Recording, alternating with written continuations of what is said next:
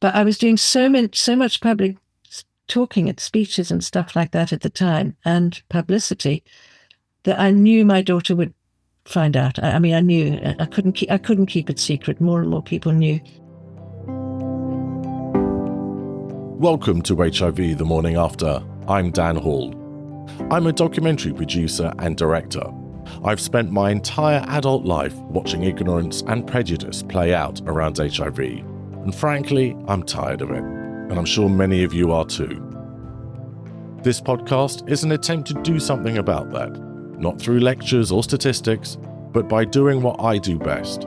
Interviewing people and letting them tell their own stories. Real voices, lived experiences, no bullshit. These conversations matter, and if you think so too, please rate, review, and share HIV The Morning After. I can make these episodes, but I can't make people listen to them or find them on their algorithms. That bit's down to you. You can reach me at hivthemorningafter@gmail.com. Right then, let's get started.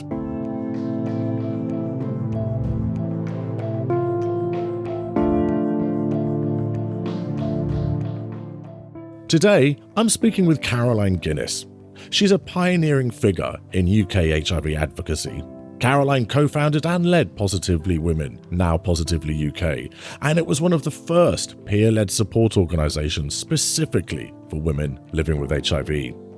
She was diagnosed in 1986 when she had a 3-year-old daughter, and doctors told her she had roughly 5 years to live. Yet Caroline's subsequent journey from private struggle to public advocacy has spanned nearly 4 decades of excellence. Her story is one of transformation, not just personal survival, but the creation of community that has supported countless women through their own HIV journeys. Caroline, welcome to HIV The Morning After. Hi there, Dan. Now, can you take us back, please, to 1986? You have a 3-year-old daughter, and then you go to the doctor with what you describe as an instinctive feeling that something was wrong. Yeah, I did. I actually was diagnosed with stage 3 cervical cancer. But I thought there was something more than that. There was something that just didn't feel right. So I went to see my doctor, and he was actually away on holiday, and there was a locum. And he was very keen to do lots of tests. He thought that maybe I had glandular fever. And happened to mention right at the end that he'd done a test for what was called then HTLV-III, because it wasn't called HIV then. And I got angry because he hadn't asked my permission. Even though there were no kind of guidelines or anything in those days, it was still something I thought that he should have asked me before performing the test. But I also had a kind of icy feeling because 2 years before that, I had a very traumatic split with my husband at the time, the father of my daughter. And I was in Australia, and I didn't have many friends around me, but I did have, there was a couple of gay friends I had, a couple, who had a very open relationship. And one of them, who I was very close to, was bisexual. We landed up getting completely smashed one night and landed up sleeping together. And then I came back here, and when I had the guy saying that he'd done that test, I got this kind of icy feeling, but I didn't want to know. I really didn't want to know, and I told him, I said, whatever the result is, I do not wish to know. Can I ask, why didn't you want to know?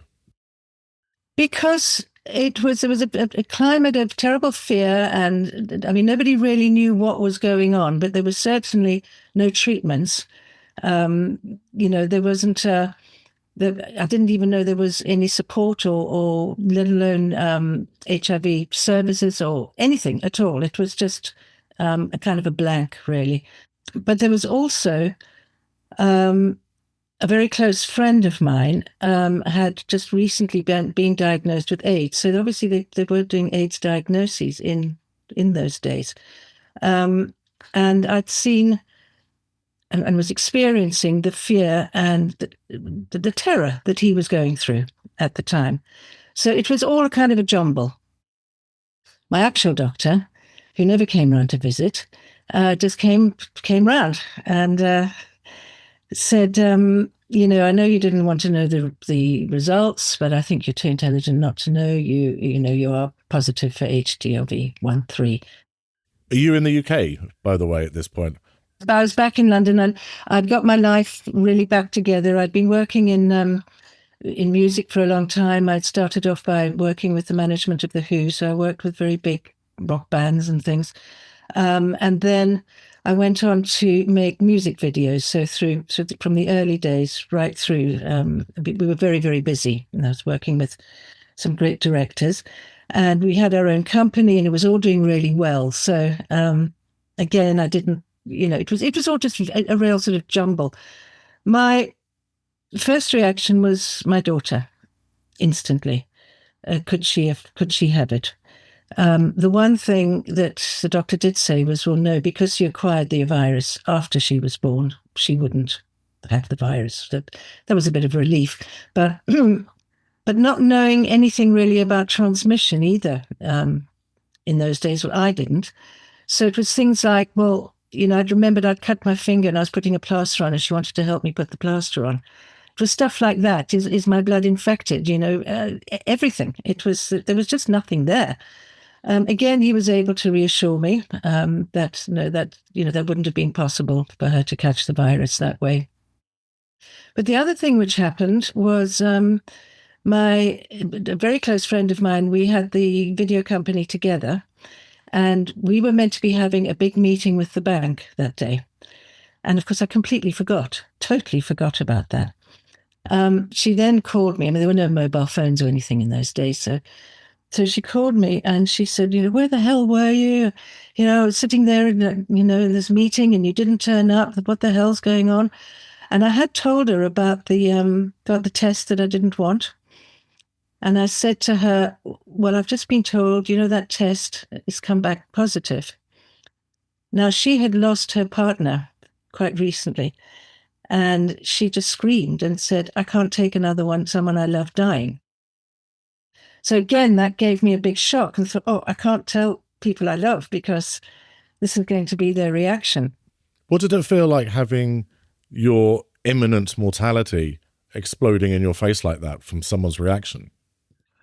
It's really hard. I look back on it, and I always used to say at the time it was a bit like a sheet of glass suddenly went down between me and the rest of the world, that I was functioning, but I wasn't a part of the world. It was a very strange feeling, a kind of detachment. And I kind of went into a detachment denial, I suppose. It was too much to take on board. And how did it feel being given the result of a test which you specifically had said you did not want to know the result? Were you ultimately glad that your request was ignored, or did you feel invaded? Would you rather have stayed in a space of not knowing? I don't know. I really don't know. I mean, once I knew, I had to deal with the reality. And I'm a bit like that anyway, actually. And I still am to this day. I'd rather know than not know, because at least if I know, then I can deal with it. But you have a parallel problem, don't you? In that you not only have to be very wary of your life, but there's another young life for which you're responsible. And I'm guessing you're told you're not going to be around to look after that young life. Yeah. That was really hard to deal with. As I said, I'd had an incredibly traumatic split with her father. He had remained in Australia and I was back in the UK. So, and we weren't really speaking. So, and again, there were no emails, no phones, nothing like that. So, but I did have an incredibly close circle of friends, one of whom in particular was my first husband. He was gay, but we were very, very, very best friends. And I was only 18 then, and he was 21. So we had to admit to each other that as much as we loved each other, we were not meant to be a couple, So But we loved each other so much and lived together so well that we still continued sharing houses. He had actually been there when my daughter was born. So he had known her right from the start. It was almost like she was more his baby than her biological father's. So I did have him, and he was there, and he was there to hold me. In fact, he couldn't believe it. I can remember him saying, it should be me. I'm the one who's going out there screwing everywhere, and everybody I can. He was in real shock. I also had the same business partner I was telling about, who was a very close friend. She was a single mum, and when I'd come back from Australia, we joined forces. So she, myself, and my ex-husband Tim, called Tim, we all shared a place together. So her little boy and my little girl were growing up together, and it worked really, really well. So I did have that love, but other than that, I felt pretty isolated.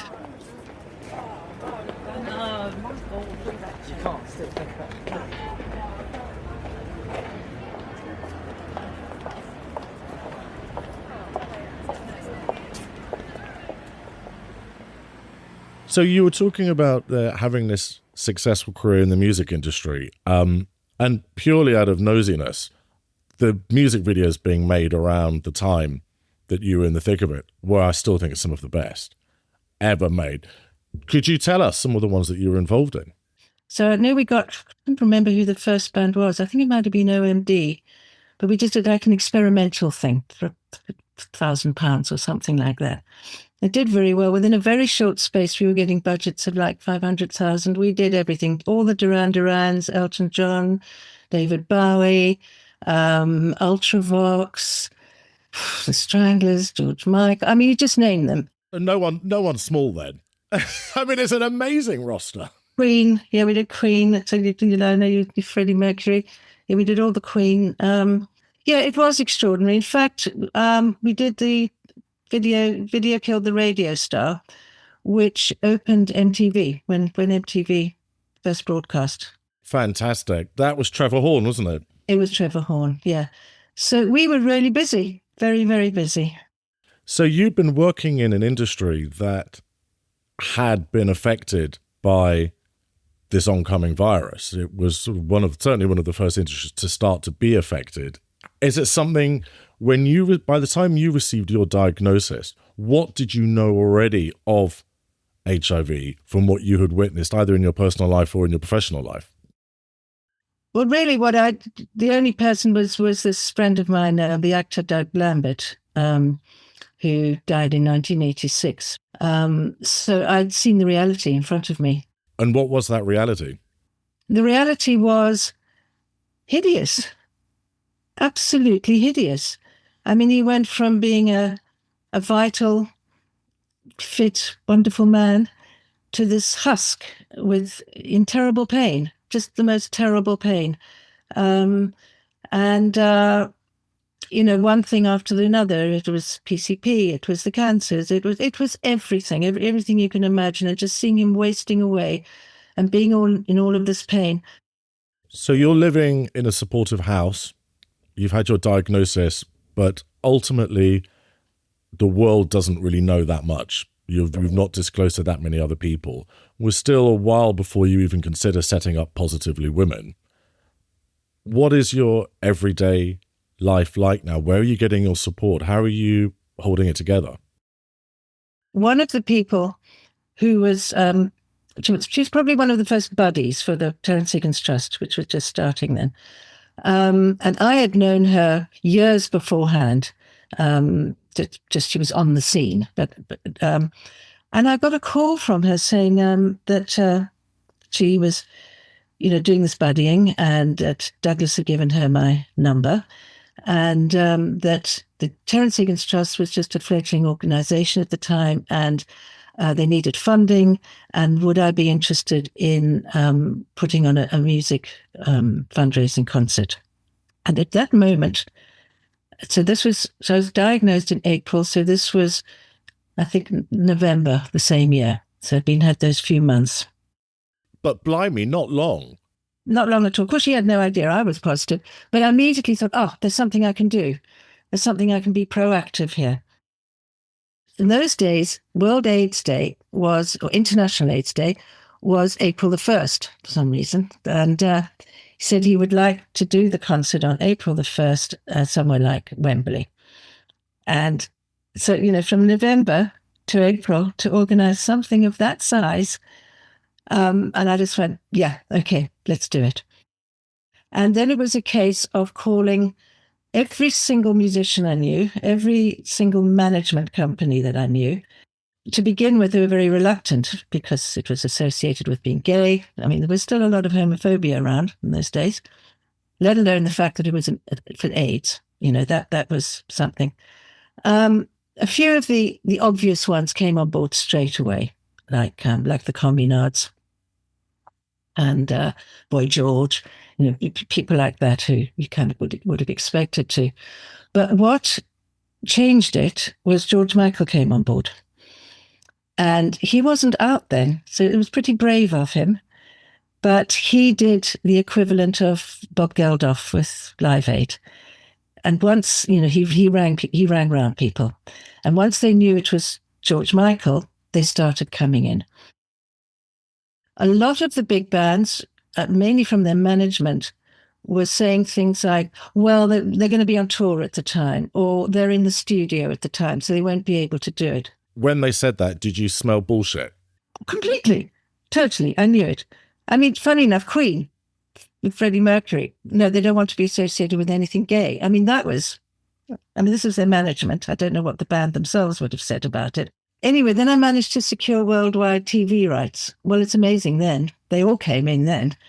It had nothing to do with wanting to support and raise money for the Terence Higgins Trust. It was to do, it was the way it was. But during all of this, you have such an intensely unique dual relationship. This amazing event happens to raise funds for this charity called the Terence Higgins Trust, which is the very charity that you need help from. It was, again, I just made myself so busy. I was also, of course, looking after my daughter as well. I mean, it did strike me at one point when I was talking to everyone that not once did anybody suspect that I was positive. Because I'd always had a lot of gay friends, the assumption was, it's Caroline and her gay friends, Not for once did anybody imagine that it was me. But did the fundraising work that you did for Terence Higgins Trust during this time prevent you from accessing any of the support resources they had? I didn't seek them. I didn't have time. I really didn't have time. I mean, we'd start work at like 7 a.m. and just carry on right through to the night. It was, as I said, it was this, being told in November to get something on at Wembley for April. There wasn't time to think about anything. It was afterwards. It was after it had all happened. That's when I started to want support, really need support.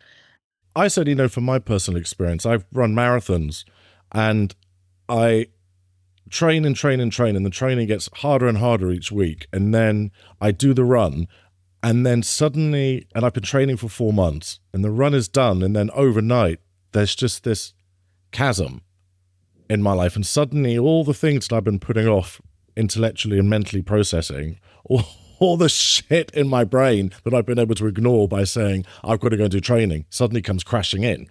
Right. That's exactly what happened with me. What do I do?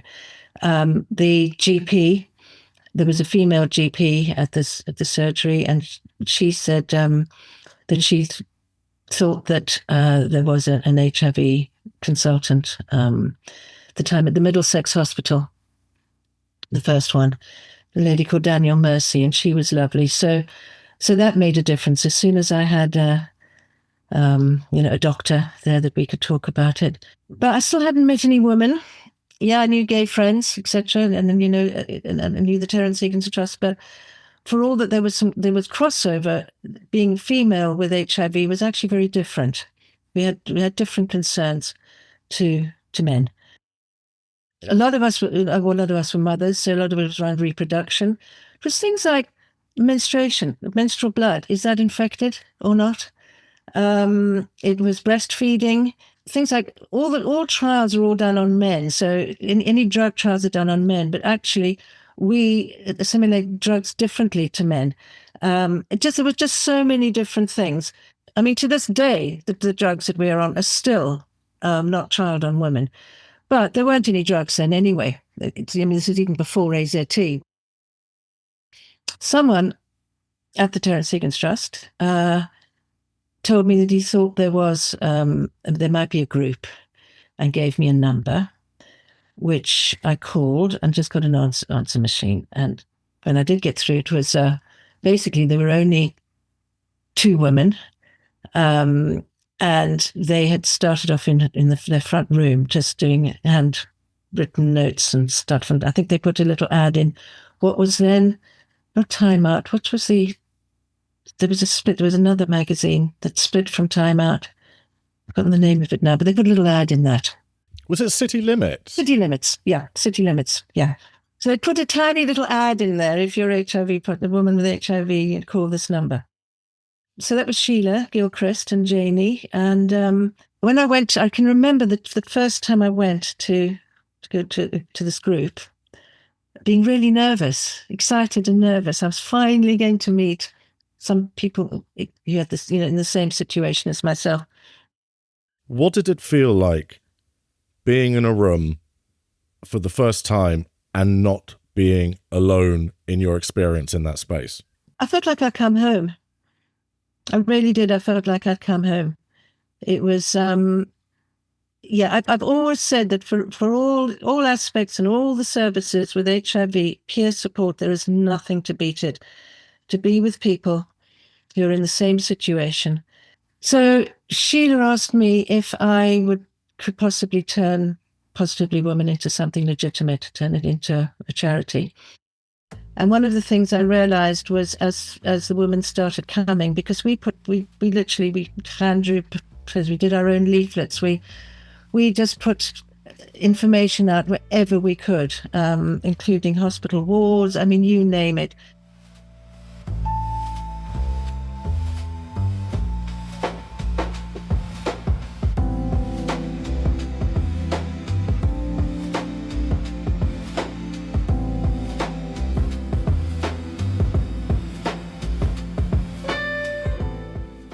And are you open about your diagnosis at this point, or are you still Caroline with the gay friends? Oh, no. I came out, absolutely, as soon as my daughter was old enough to tell, so she was 10 then. But up until then, I had been leading this kind of schizophrenic, weird double life, where I was doing a lot of publicity as Caroline Guinness, director of Positively Women. And then I had a pseudonym called Pearl, where I was doing interviews with, in silhouette photographs type things, as a woman living with HIV. So I had this dual thing. But I was doing so much public talking at speeches and stuff like that at the time, and publicity, that I knew my daughter would find out. I knew I couldn't keep it secret. More and more people knew. So as soon as I told her, I then went totally public, and have been ever since. Is it something you want to talk about, that conversation with your daughter, or would you rather keep it completely private? Before I told her, I put as much support into place as possible. I was at the Royal Free Hospital, between Kate, myself, and the other woman. We had set up services for women at the clinic, one of which was a child psychiatrist. So I'd spoken to her first, so I wanted that she'd be there. I'd also found a school for my daughter, which was very liberal. And they had a school counselor there. So I went to see the head of that school, plus her class teacher and the counselor there, and explained everything to them so that she would have support instantly. So I told her. Her reaction was, is there anything I can do?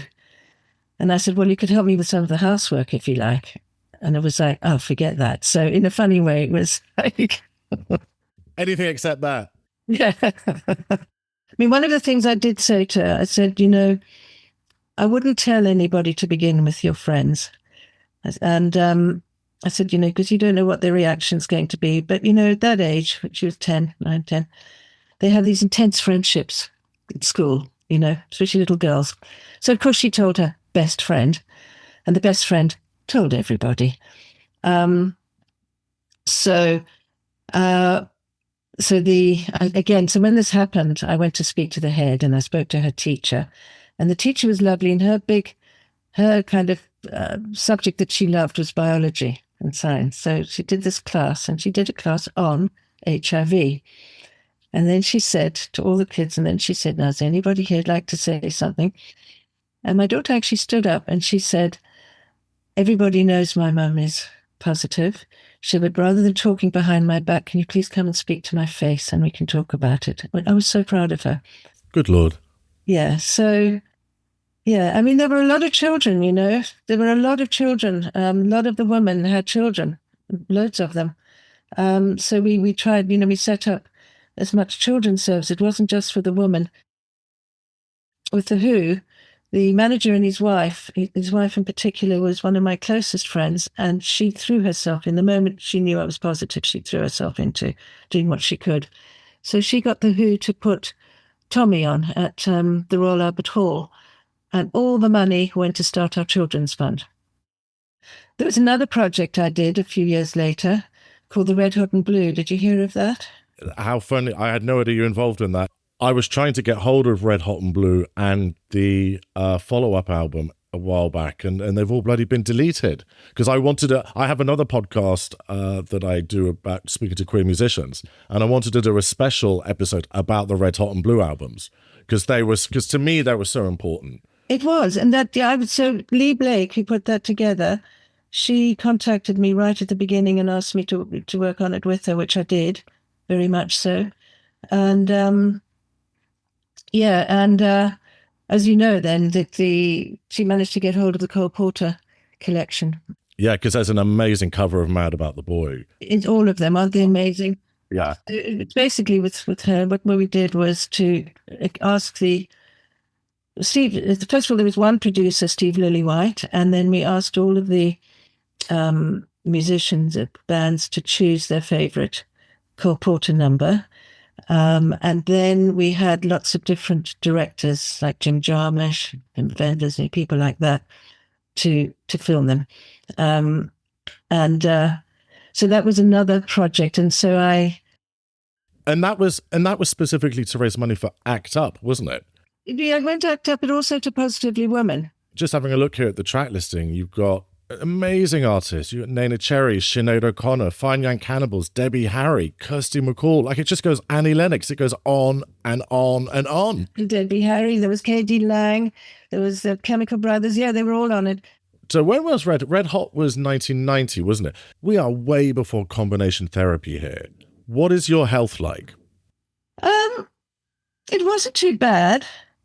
But like a lot of people at the time, as I started developing symptoms, I made excuses for them.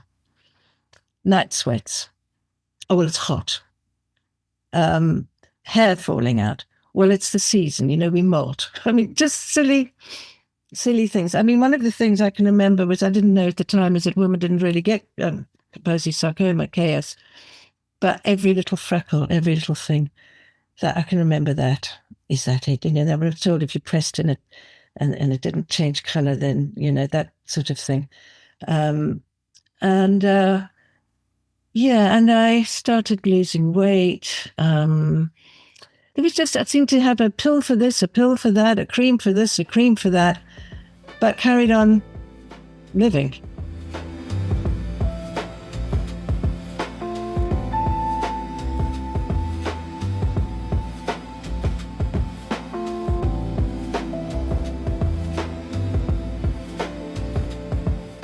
Then I got E. coli septicemia.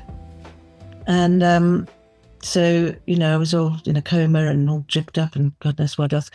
And when I sort of came round, my consultant was standing at the side of the bed and she just said, Caroline, if you don't start taking these drugs, you are dead. You're not going to walk out of this hospital alive. You are dead. So I went, oh, okay then, all right. And that was dual combination, very early dual combination. What year was this? 96. Wow. So right at the start. Yeah, and they were hideous. I can remember one of them, D4T. You had to set your alarm. I had to set because you weren't allowed to eat anything for 5 hours beforehand, before taking it. So I used to set my alarm for like 3 o'clock in the morning, 4 o'clock in the morning, and then you had to get up and you had to take it with. It was like a big. You had to dissolve it in iced water. So I'd have to get up, get the iced water, take that, try and get back to sleep again. And the other one was 3TC. But they had the Lazarus effect, like most of us did. Suddenly it all went, suddenly, whoo, back again, back in the world of the living, which again was a strange feeling because I'd come to terms with dying. And I'd felt very calm, actually, very calm and very peaceful. I'd said goodbye to everyone. I'd resolved everything, which was a bit embarrassing because I then had to say, I'm still here. Within about 6 months or so, I started developing lipodystrophy, which is where we lose all the subcutaneous fat. All the subcutaneous fat gets redistributed and went all around the vital organs, all around the organs and boobs. And myself and many others at the time. And in fact, it never reversed itself. But I remember saying to Margaret, my consultant, I'm stopping taking these drugs. And she didn't argue. She said, okay. So I stopped and I was okay for a while, but then started finding myself getting ill again in sort of early 98, by which point there was triple combination. So I went back on and I've been back on ever since.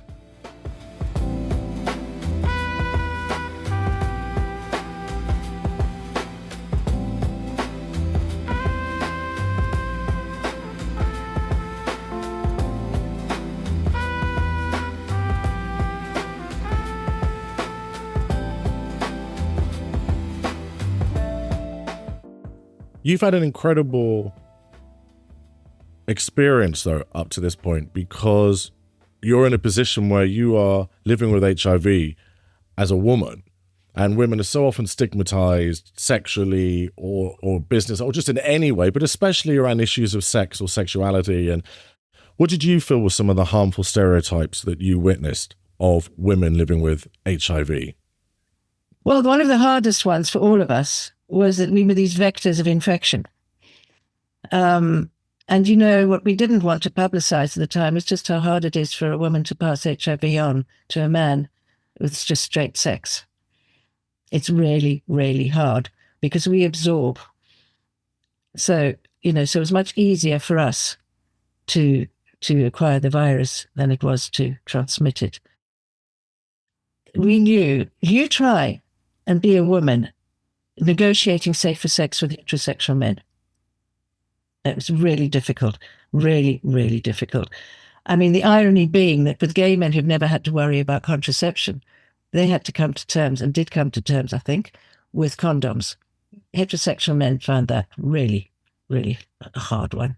And we thought, well, if we actually were honest about the fact that how hard it was to pass the virus on through, regular sex, whatever you want to call it, that would give them even more reason to not want to wear a condom.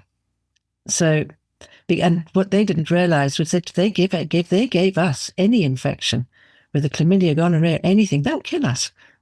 So that was a hard one. The other one was the automatic assumption that, you must be a junkie or you must be a prostitute. I mean, this country to this day is absolutely useless when it comes to talking about sex, drugs, death. It's absolutely, totally. It's really hard. I mean, I got to the point where I was doing all of these talks, including for things like the Women's Institute and stuff like that. I really went out there. And I would start by saying, there's only one reason we're all here, and that's because our parents had sex. So let's just get past that now, shall we? It does make you wonder how anyone in this country ever gets laid. Yeah.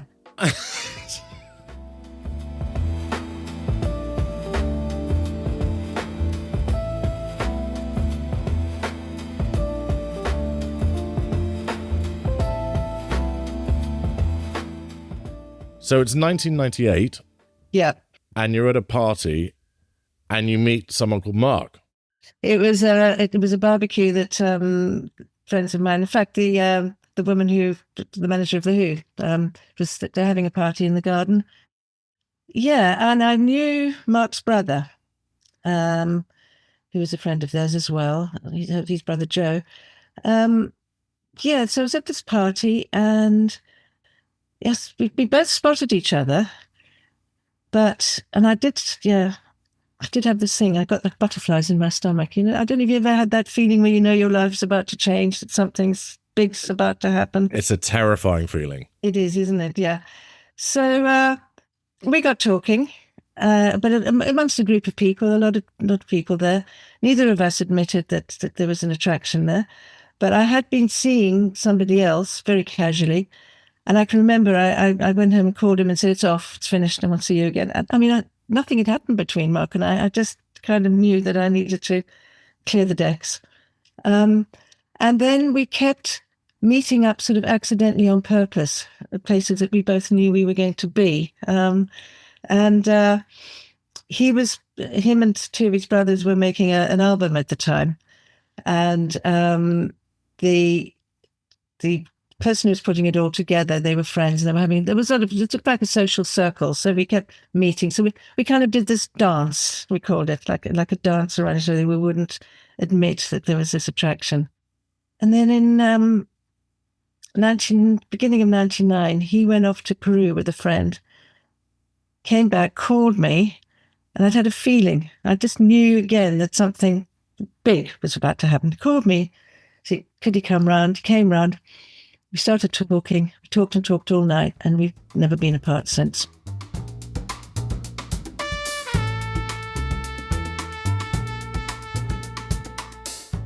During that year, I hadn't told him that I was positive.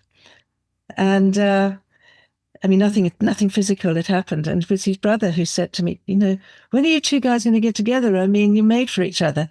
And I remember saying to Joe, who didn't know, I said, well, I don't know how to tell him. And he just laughed. He said, everyone knows. He knows. So when I said to Mark, I said, why didn't you tell me that you knew? And he said, well, I just wanted to give you the respect of telling me when you were ready to. So. Good Lord. He's a keeper. Yeah, he is. Yeah. For you as a woman living with HIV at this period, what did you feel would have been the barriers to sexual intimacy, to emotional intimacy, because of living with HIV? Well, for a start, I never felt ashamed. I never felt ashamed, not for 1 second. To me, this is a medical condition, not a moral issue. And I always believed that I was worthy of love. So I was. It was always a difficult thing, the build up to telling somebody that you're positive, but I was always honest. You've met this incredible man that, like you said, sometimes you just feel that something big is going to happen. You just feel that someone is meant for you. You have what you think is going to be a hurdle, and then you sort of find out that, in fact, that hurdle vanished X months earlier without you even knowing. How did that feel? Great. It felt great. He was so proud of me, Mark, and he said he wanted to go and tell everybody, but, he was acting at the time. He sort of stopped acting, or, does every bit just for a bit of fun every now and then, but he and his family were well known. And so I did say to him, listen, I think you should go easy on telling everybody and shouting it from the rooftops, because one of the things I've always done is I'd rather people get to know me first before the virus. Otherwise, they just see you as a virus. It's hard to get past that. And I said, so you don't want to just be seen as, the partner of, with a virus.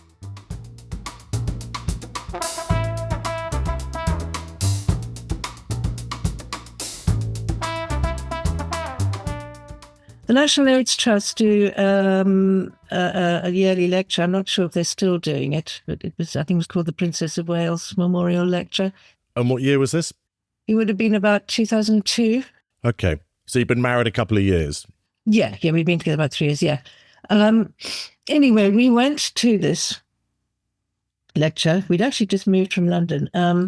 There were a lot of my old colleagues there and people, so chatting away, and talking about being positive and, all of that kind of thing. And what I didn't realize was standing in amongst them was a journalist with the Evening Standard, the Evening Standard was owned by Paul Dacker at the time, the Daily Mail, the hideous man.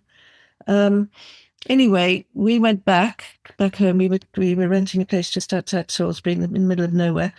And I started getting these calls in the morning from friends in London saying, you're all over the press in the Evening Standard. There's like a 2-page thing on you. And I went, what? You're kidding. So someone emailed it, photograph emailed it over to me. And what I realized was that when I'd been very ill, because I was working so closely with doctors and consultants and researchers, I had done a chapter for the BMJ, British Medical Journal's book. They had a book called The ABC of AIDS, and it was only for doctors and specialists. So I'd done like the last chapter, which was what I was experiencing. And it was when I was actually very ill. So just for them to know, nothing else. And that had been years beforehand. They had got that article from the BMJ and made out that it was an interview I'd just given them. So it was Guinness heiress, I'm not an heiress, by the way, Guinness heiress, married to famous actor, dying of AIDS. Woof. And, I found out from the BMJ that they got paid for that. That's why they gave it to the Evening Standard. The BMJ were paid for that information? Yeah, which is outrageous. Absolutely outrageous. Anyway, again, knowing the press and having a good handle on the press, I said to Mark, let me handle this. I got onto the National AIDS Trust, and because I knew they had a press department, and I said, look, this happened at your event. I want your help and support with this, please. Any press inquiries, I'm going to put them straight to you. They were very happy about that.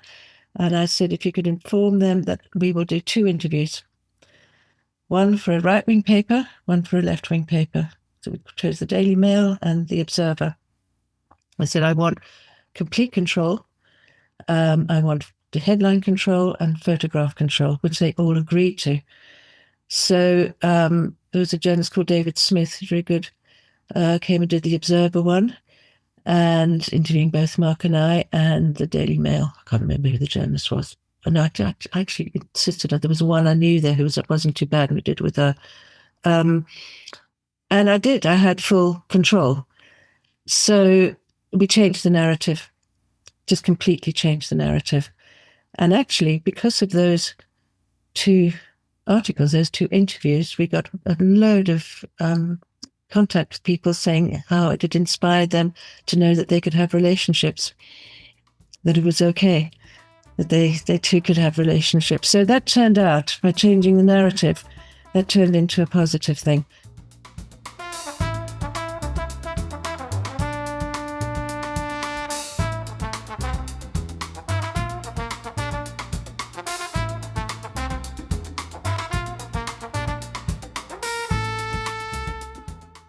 You spoke earlier on in this interview about how alone you felt when you first got your diagnosis.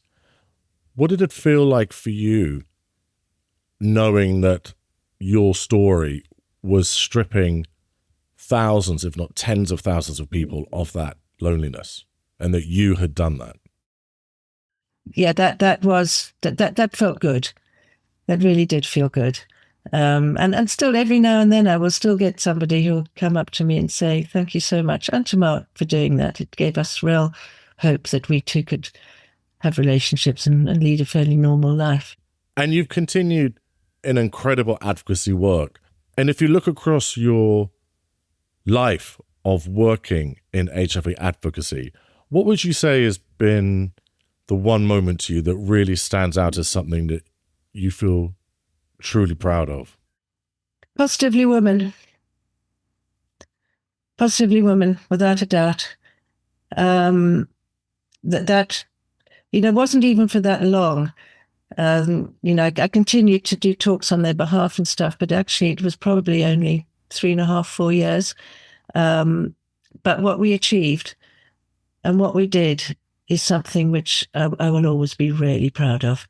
and to see them carrying on today, using quite a few of the same kind of methods and ways that we did things to this day, and how important, how it showed how important peer support is. There was another side to all of that, and there were the deaths, the endless deaths, which were really hard to deal with, really, really hard. But at least, up until they died, they had the support. I was thinking about, we had a lot of refugees from Uganda in different places, women. And there was one I was really fond of called Harriet. And that's something that's always stuck in my mind. And she was in St. Mary's in what was it called there? The Broderick Ward. She had meningitis, very, very ill. And I was sitting with her, and she said how homesick she was, how much she missed her home. And she said, I just don't do anything to taste pineapple again. So I went out and bought her a pineapple. Came back, she was dead.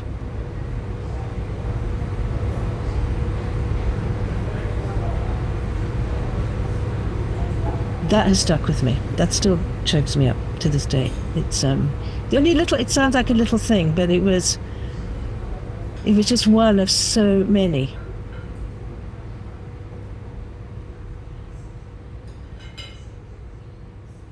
As we're coming to the end of the recording now, I like to take people listening to this to the Remembrance Garden in what was the London Lighthouse, and to say to the guests, is there somebody that you would like to remember and like to tell us about, so we can share in this moment of remembrance with you?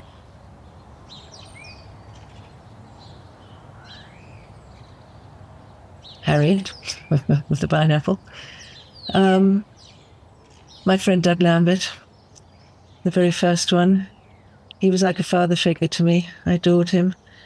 He was incredibly brave, very funny. He was a New Yorker with a wicked sense of humor and totally outrageous.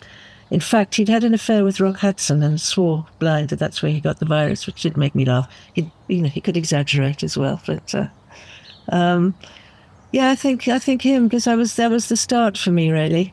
So for Douglas. And can you just remind us who he was for those who aren't familiar with the name? His name is Douglas Lambert, Doug Lambert, and he was an American actor. The last role that he played was the artist Rothko, which he did when he was very ill.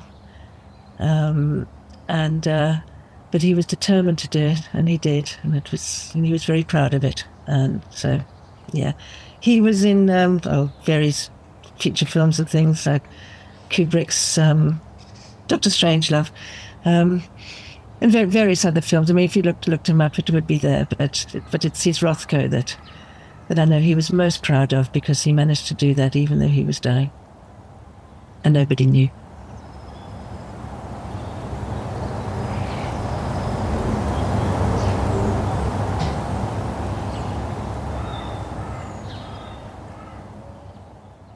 Now we've come to the end of the episode, and I'd like to ask you, Caroline, after nearly 4 decades of living with HIV, of brilliant advocacy work, if you could send a postcard to the world, to anyone you want to women who are newly diagnosed, to healthcare providers or policymakers, or simply anybody listening, what would the message on your postcard be?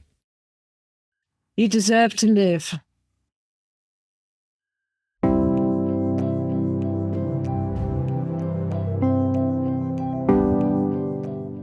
And that brings us to the end of this episode of HIV The Morning After. Caroline, you have been a genuinely wonderful guest. Thank you so much. You've been a genuinely wonderful interviewer. So I've really enjoyed it. I kind of forgot we were doing it, to tell you the truth, halfway through, even though you've got your headphones on and your big speaker in front, your microphone there. It's been like having a lovely conversation. Thank you.